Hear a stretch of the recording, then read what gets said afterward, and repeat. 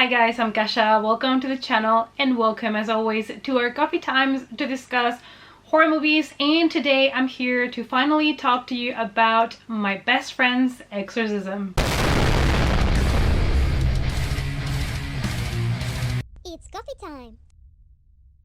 So I was really excited about this movie. I read the book a couple of years ago. The book came out in 2017 and it is by Grady Hendrix, who is known in the book community for writing kind of quirky horror, cheesy 80s, 90s inspired horror, and also with a lot of humor. So I was really excited about, this being turned into a movie, and I knew that Grady Hendrix was going to be an executive producer. So I thought, he would have a lot of input to give and it would be a more faithful, perhaps, adaptation of the story. And I also knew it was going to come out on Prime, which is great because we have access to Prime here. We don't have access to all the platforms that exist in the US over here. So it's always great when something's released on Amazon Prime or at least Netflix, because that's the easiest way for us to get it over here. So anyways, I watched it the day that it was released and I am here today to let you know my thoughts on it, spoiler free. This is an American supernatural comedy horror film directed by Damon Thomas. We are in 1988 and best friends Abby and Gretchen navigate boys, pop culture,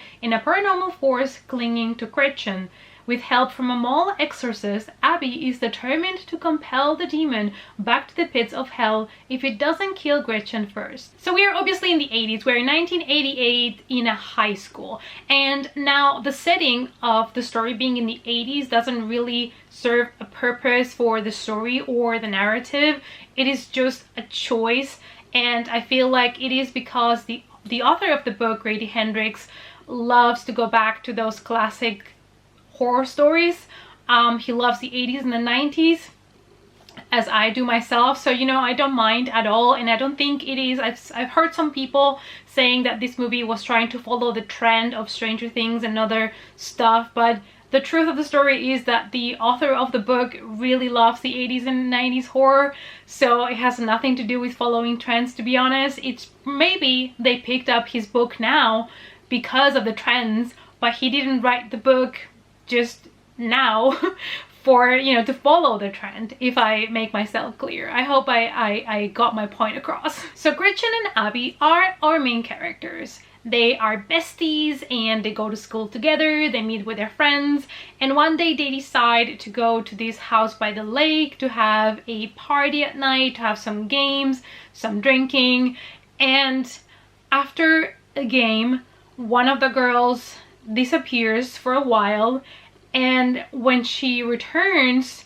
she seems to be changed. She's always like moody, her physical appearance starts getting worse and worse, and the friends don't know what happened to her that night and if something might have affected her, if she's just sick. They just don't know what's going on with Gretchen. So we're being told that Abby and Gretchen are besties, that they are best friends, but honestly I didn't see that huge connection there. They felt a little bit detached from each other as characters in a way, and I didn't buy that friendship. So of course when critical moments come later that you're supposed to care a lot about these characters because Gretchen is in a really bad position at the moment, and we know that something's wrong with her.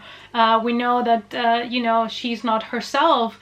It is just harder to have that connection with the characters and care so much about them when they're going through all of that. I feel like for the characters they also used a lot of things that were basically only used for like as a plot device, and I don't feel like maybe they should have included so many of these things, because these are traumatic things like an eating disorder or like self-harm, and the way that we're addressed and dismissed so quickly, it felt a little bit iffy to me. I feel like if you're gonna address these things, especially in a teenage movie, then there is other ways that you could do things. There is other ways that you could maybe go a little bit more in depth into the issues, but that is just basically my own personal subjective opinion. There's also a queer character, but also it's one of those like subplots that it's abandoned immediately, so I feel like there's a lot of these things that could have been addressed and portrayed, and we could have went a little bit more in depth in certain things,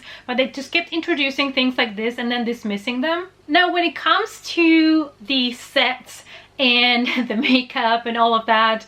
It is very like kitschy, very 80s vibe and wigs and you know, all of those things. I did not mind the aesthetic so much, but it was a little bit tropey, which, you know, coming from a story from Grady Hendrix, I kind of expected that. You're gonna see here your typical things that tend to happen on a possession story, but it's all kind of filtered through like a teenage comedy thing, and it might not work for a lot of people. I feel like the director and everybody knew that there was a really small target audience for this film, but they still decided to go with it and not make it more for a broader audience, which is also very bold. And despite the nostalgia and everything, that really made me happy, you know, because we are in the end 80s and I love that kind of aesthetic.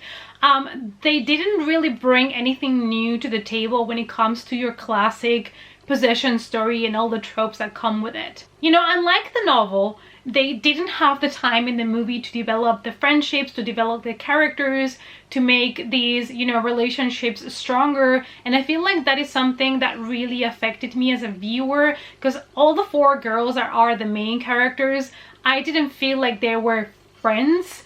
It felt like an awkward relationship to me. And even though the movie does respect a lot of things from the book, and for the main part it is a good adaptation from the book, I feel like there's also many subplots that were abandoned that I would have loved to see, you know, explored. And the humor didn't work always, and there are some characters that are gonna come, especially towards the end of the film, that they are made for the comic relief, they're made for the comic humor parts of the movie, and even then a lot of the jokes were a little bit too flat for me.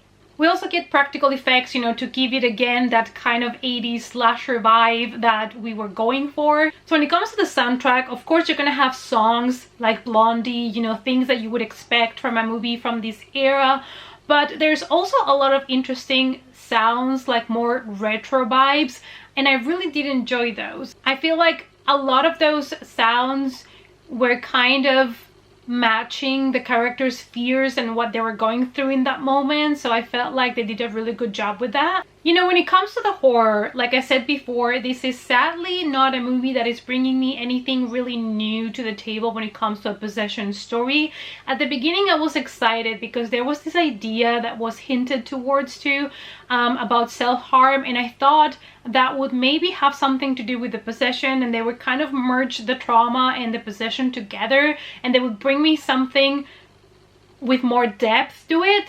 But that is not what we got. We just got a plain simple possession story, which, you know, nothing wrong with it, but I kind of would have hoped they would have used what they already had in mind, some of the ideas they already put at the beginning in the film, and they would have merged them a lot more into the horror and the possession. Now, there is not much to the horror here. There are a couple of cool visuals, and a couple things happen. One of my favorite things I cannot really talk about because I don't want to spoil anything, but it has to do with the girl that is going through a really strict diet and something that happens inside of her.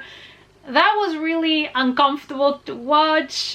You're gonna find yourself kind of holding your stomach maybe, but that was one of my favorite parts, even though they used some CGI for that. You could take this movie as The Exorcist, but if you would take The Conjuring and Mean Girls and make it a possession story, that's kind of, you know, what happened here. The thing is, the movie at times did manage to create a little bit of tension, but then they would come again with the flat jokes and destroy the tension. So don't go into this one really hoping for a spooky movie. I feel like this is more of a comedy than anything else. So at the end of the day, I decided to give this movie a 2.5 out of 5. I feel like even though they did a good job adapting the novel, I feel like as a possession story, it didn't bring anything new, and the whole like plot, the whole narrative was really rushed, and I felt a disconnect with the characters. However, this is a fun, cheesy 80s exorcism story, and I do feel like you should give it a watch because it was fun for a one time. Alright guys, so this was my spoiler-free review of my best friend's Exorcism.